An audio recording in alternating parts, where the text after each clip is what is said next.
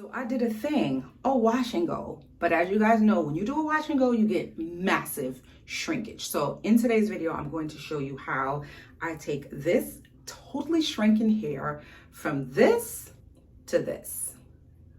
And I'm going to show you how I do it two different ways. So I'm going to show you the heat method, and I'm going to show you the method I do without heat, which is the banding method.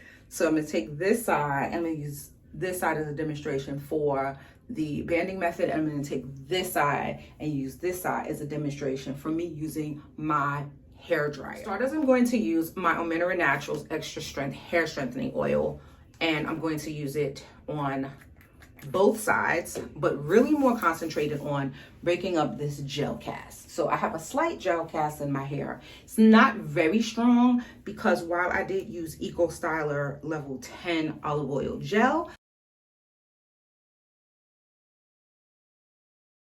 I actually let my hair sort of sit for 2 days. I didn't wake up the next morning and, start doing it. So the gel cast has already started to break some on its own, but I'm just going to scrunch that oil into my hair.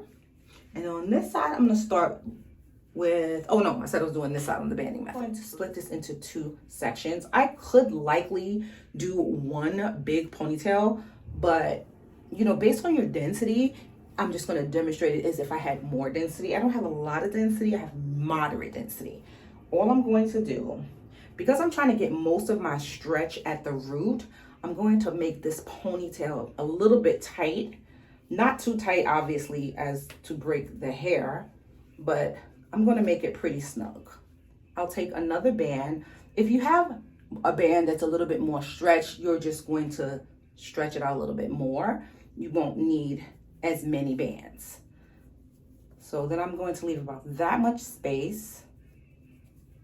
Band that, and I'm leaving space between every section that I do this band. The important thing to note,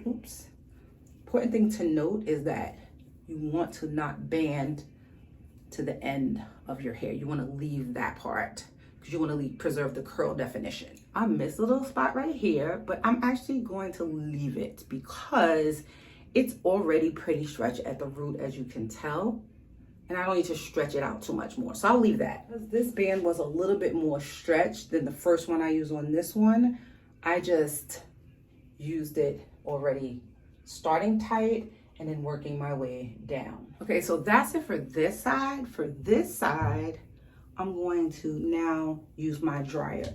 Now, a lot of people will use a dryer with a concentrator nozzle, and that is the preferred way to do it, honestly. But because I no longer have a dryer like that, I'm going to use a different dryer, and I'm going to show you the difference between how I do it.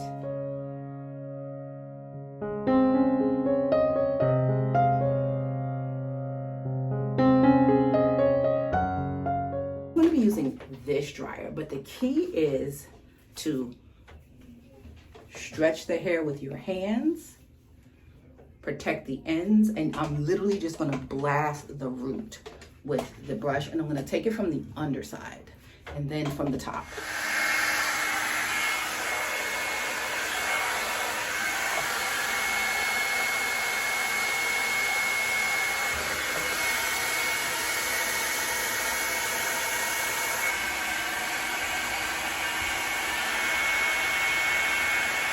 As you can see, it really stretched out my root. This is why the concentrator nozzle is better. But because I was holding my ends, I protected my curls from losing definition on the end. This part, I'm actually not going to stretch too much because this is what's going to give me a little bit more volume and shape. I'm going to only stretch this little piece right here in the back here, but I'm gonna keep the front because I don't want to lose the definition there. If I had a concentrator nozzle on a dryer, then it would be a little bit different.